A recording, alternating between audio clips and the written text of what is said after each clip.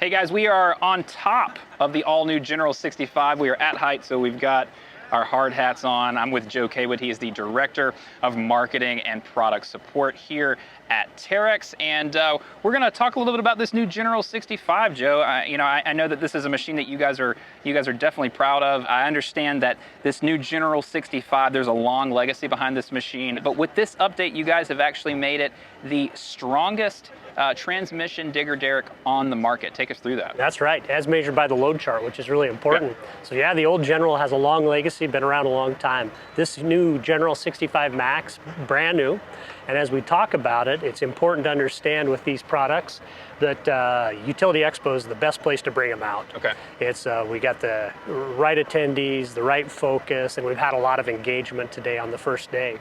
The General 65 Max, so it's a transmission digger derrick. Mm-hmm.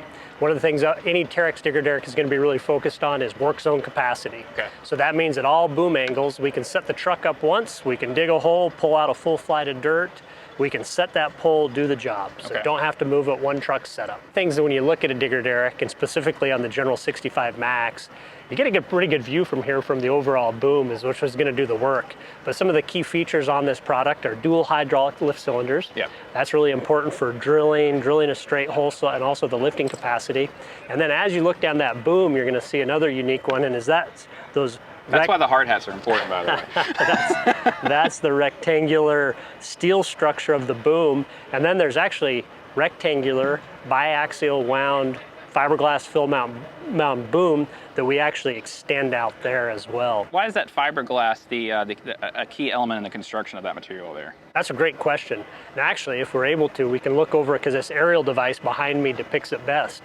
So every day as the electric utility linemen are doing their work and using these tools to keep us reliable 24/7 power, that aerial device shows, if you look at it, there's an upper fiberglass section and there's also a lower fiberglass section.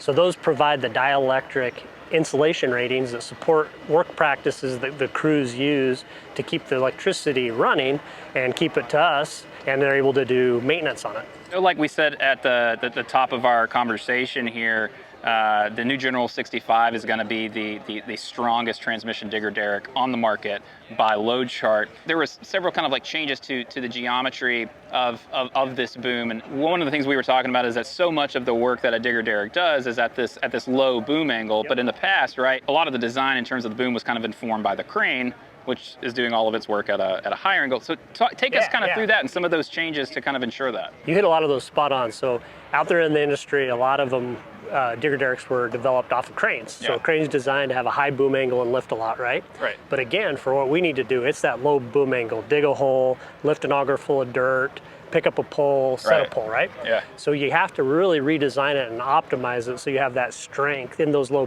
boom angles, just like we're showing here.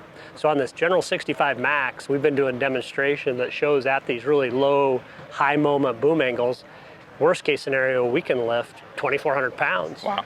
Yeah. Then as it gets up into those other angles, we can actually do 10 times that. We've kind of established, obviously, this is the strongest one on the market. Like, what is kind of the gap that you guys have been able to establish to the competition? Yeah, so in some boom positions, it's been as high as 25 to 30%. Wow. In other boom positions, it's been greater than 40 to 60%. So that 10-year wait was worth it, essentially. Yeah, definitely. So we've kind of moved a little farther away from the General 65, but we're looking at another awesome new product here at the Terex booth with Joe here, and it is the TL48. Yep, that's right. And this has been mounted atop a Ford F600 chassis. That means obviously that you don't need a CDL to actually drive this thing around, and that's a really kind of new addition of versatility for crews out there, isn't it? Yeah, so with the recent release of the International, the GM, and the Ford F600 with GVWs up 22, 22.5, right, gives us a lot of versatility, and so we've released this TL48 to really optimize that platform. And by optimizing, what we're really doing is we're balancing payload capacity, right, the increased payload capacity, with an aerial that's similar to our digger derrick is really designed for the work zone. But in this case, that work zone is up in the air at the pole. And so by having that, the chassis available at this time, and timing that with the release of our new aerial, what we really are featuring is now a boom that you maintain still very good payload capacity, non-CDL, can get you up to working heights of 53 to 55 feet. Wow. So that fits a trouble truck application. Yeah. So that troubleman that's going to come out and going to be first on a job to troubleshoot it. Yeah. To some customers that are going to use it into their construction and distribution fleets. Yeah, absolutely. And that's accomplished with the jib capacity we give. So this boom all the way out maintains jib capacity to do transformer lifting like we're showing right here on the ground in our demonstrations of a 10 kW pot. Wow. Built not only around job site versatility, but also versatility in terms of the guys on the crew that can get this thing into place and actually operate it. Yep. Now, the other kind of interesting aspect of this is that you guys offer a turnkey solution on this, right? That's right. Yeah. So at Terex Utilities is essentially, we're going to put on a chassis the customer wants. International, Ford, GMC, Freightliner with all the various products, but it comes in and in-house we install bodies, we do all of our fiberglass winding, all of our weldments. We actually just moved into a new 500,000 square foot state-of-the-art factory. Wow. Purpose-built for utility equipment. Yeah. So materials and trucks come in one side and a truck rolls out the other end going ready to work for our customers. You were talking a little bit about kind of like the help that it has been that you've got GM and International and Ford now offering kind of these 4, 5, and 6 kind of class medium duty trucks and having that increased GVWR on top of that. And how much they kind of met you guys kind of halfway. What kind of work are you guys having to do, developmentally to kind of fit this thing perfectly to like a Class 6 truck? Yeah, everything starts with our customers. Okay. So it's out there spending time with our customers, doing voice of the customer work, really Yeah. understanding those applications. And in this case, where they wanted to do smaller transformer work, some switch work, we had to really figure out, okay, what are you doing, what height, how far away, how much does it weigh? Yeah. And then going back and saying, all right, we got this chassis to start with, and what we're doing, coming up with a structure and subframes to create that stability and support. Sure.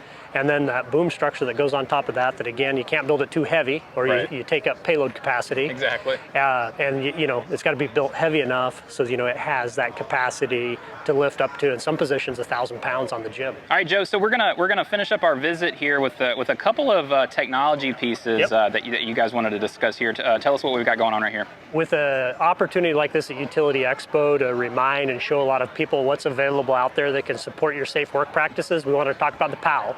PAL is a positive attachment lanyard device. Think of your seatbelt. What we're talking about is folks who have their lanyards. I'm going to grab the lanyard attachment and show. It's simply you go in, it's positive because you have to positively displace it to hook it. And that tells the truck that, hey, I've got my lanyard, I've got it connected, I'm ready to go up. If not, it's going to warn you. And so that's just an important optional feature that we like to remind all the folks we're seeing here at Utility Expo. The second technology piece that I want to talk about is a hybrid option. So we've actually partnered with Viatech as well as Zero Motorcycle to come up with our latest high-power smart PTO. And really this fills a big market need, and we've had a lot of customer engagement about giving those hybrid options. So this is designed for a very simple, reliable system that provides a shift full of power to operate the boom and cab comfort. So electric utilities, plug it in at night, charges up those lithium-ion batteries, and then the truck goes out and during the day, and when you need it for cab comfort or boom, you don't have to sit there and idle. All your power is supplied by the system. Now, how long does that typically last before it needs a recharge? So we really design it based on the duty cycle of the product, Right. and it's scalable. So the one you're seeing here is a 7.2 kilowatt. Okay. We can go from 7.2, 14, 18, 21, up to 28. Wow. This is going on a smaller trouble truck. So what we found working with customers in our studies in that duty cycle, this 7.2 gets them in through a full shift operation. Yeah, I was about to say, 7.2, I guess, guys, the best way to think about it, like a kilowatt hour, is that you get an hour worth of use out of 1,000, watts, essentially. And that's, your refrigerator's 300 or 400 watts, 500 watts or whatever.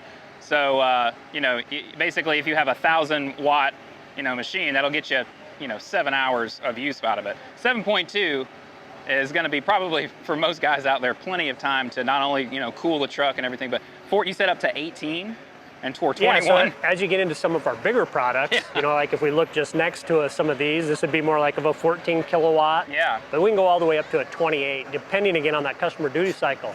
But remember, that full day, they're not just one position operating the boom. Right. They're driving to the job site, they're setting up, they're doing their safety checks. That's right. And so again, your signage in to say is, we don't want to idle that engine No. while this boom is flying, or we're in the cab completing paperwork. That is a lot of potential fuel savings there for sure, because I don't think that we're anywhere close to where the actual like engine is on these trucks is going to be replaced by a battery array anytime soon. So having this kind of hybrid option with up to 28 kilowatt hours worth of capacity is huge. It's a huge midterm solution until we get there with full electric vehicles that are rated for our severe duty applications. So it's an important piece of the puzzle. 100%. That's very cool. Yep. The other thing too is you got to think about the benefits of no noise. Oh yeah. So improve workforce safety environment, being able to talk to the guys in the bucket. Yeah, lots of features here. Yeah, I have a feeling that we'll be seeing a lot more of these little boxes on top of the trucks for sure.